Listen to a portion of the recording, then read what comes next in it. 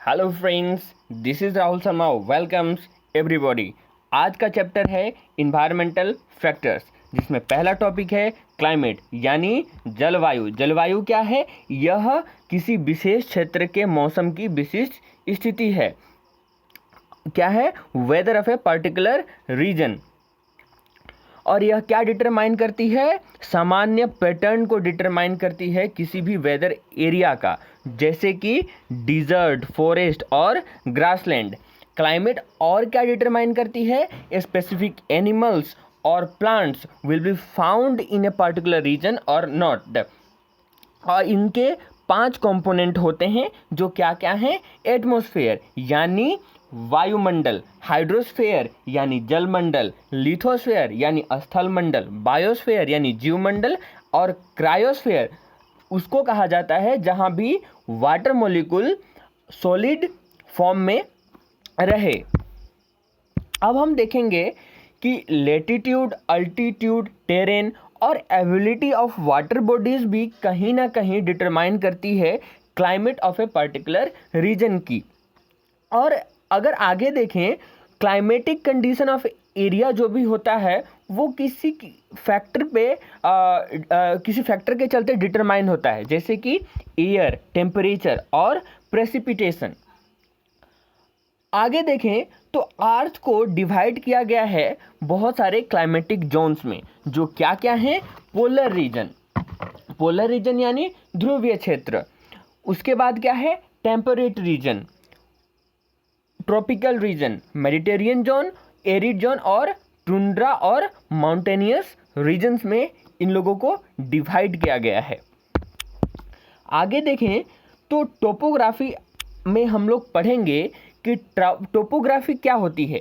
यह मैप और चार्ट से किसी भी नेचुरल मैन मेड फीचर्स जैसे कि mountains, river, valleys, human settlement, railway lines और रोड को स्टडी, डिस्ट्रीब्यूशन और इलस्ट्रेशन करती है। यह डिटरमाइन करती है शेप को और 3 डायमेंशनल क्वालिटी ऑफ सरफेस को, रेलिक को, स्पेसिफिक लैंड फॉर्म्स और वेजिटेटिव फीचर्स को ऑफ ए पार्टिकुलर प्लेस।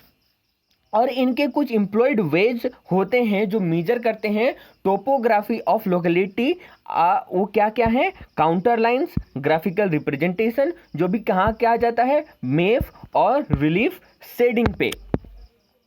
आगे देखें तो टोपोग्राफी कैसे क्लाइमेट को अफेक्ट करती है। तो ये कैसे अफेक्ट करेगी?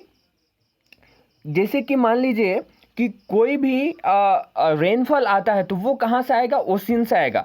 और अगर एक माउंटेन है, वो एक हाई अल्टीट्यूड पे है, तो जिधर से रेन का विंडफॉल आ रहा है तो उधर ज़्यादा प्रेसिपिटेशन होगा, बल्कि दूसरी तरफ क्या हो जाएगा? रेन शेडो हो जाएगा। उसके बाद देखें तो जो भी स्लोप, माउंटेन की जो भी स्लोप सन की तरफ फेसिंग रहती हैं, उनके टेम्परेचर ज़्यादा रहते हैं। और हायर अल्टीट्यूड पे जो टेम्परेचर होती हैं वो लो रहती हैं। क्या रहती हैं? लो रहती हैं। आगे देखें तो बायोटिक कंपोनेंट, कंपोनेंट में क्या पढ़ेंगे? Biotic component. ये क्या है दोस्तों? एक लिविंग कंपोनेंट है। किसकी? कम्युनिटी की या फिर इकोसिस्टम की। और यह किससे रिलेटेड होती है? Study of life, condition of a living organism और एबिलिटी टू रिप्रोड्यूस में, यानी उनकी प्रजनन करने की क्षमता। और ये क्या बनाती है दोस्तों? इकोसिस्टम बनाती है या फिर इन्वायरमेंट बनाती है। इनके कई डिविजन्स हैं, जो क्या हैं? प्रोड्यूसर्स और ऑटोट्रॉप्स। प्रोड्यूसर और ऑटोट्रॉप्स को किनको कहा जाता है? जो खुद के खाना बना सकते हैं उनको क्या कहा जाता है? प्रोड्यूसर्स।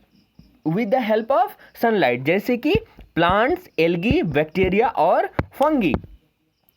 आगे देखें तो है कंज्यूमर। कंज्यूमर किसे कहा जाता है? जो अपने खाना बनाने में सक्षम नहीं होते हैं और किन पे डिपेंडेंट होते हैं?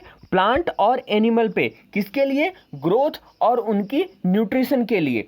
और उनके खाने के हैबिट पे उनको फर्दर क्लासिफाई किया गया है, जो क्या है? हार्बीवोर्स। हार्बीवोर्स किन्हें कहा जाता है? जो सिर्फ प्लांट को खाते हैं, जैसे कि काव, गोट। ठीक है। दूसरी नंबर देखें तो ओमनीवोर आता है। तो ओमनीवोर उनको कहा जाता है जो बोथ प्लांट और एनिमल को खाते हैं, जैसे कि हम लोग ह्यूमन बींग्स, बियर्स, ठीक है। उसके बाद आता है कार्निवोर। कार्निवोर उन्हें कहा जाएगा जो सिर्फ एनिमल को खाएंगे, जैसे कि लायन और फॉक्स एक्सेट्रा एक्सेट्रा। आप बहुत सारे एग्जाम्पल देख सकते हैं। तीसरा नंबर आएगा दोस्तों डिकम्पोजर्स या फिर डेट्रीवोर्स। उन्हें कहा जाता है जो केमिकल या फिर प्रोड्यूसर्स के ऑर्गेनिक लेयर जो होते हैं या फिर कंज्यूमर के सिंपल मैटर में कन्वर्ट करवाना हो, ब्रेकडाउन करवाना हो, किसके लिए? न्यूट्रिशन को प्रोवाइड करने के लिए, जैसे कि फंगी और बैक्टीरिया।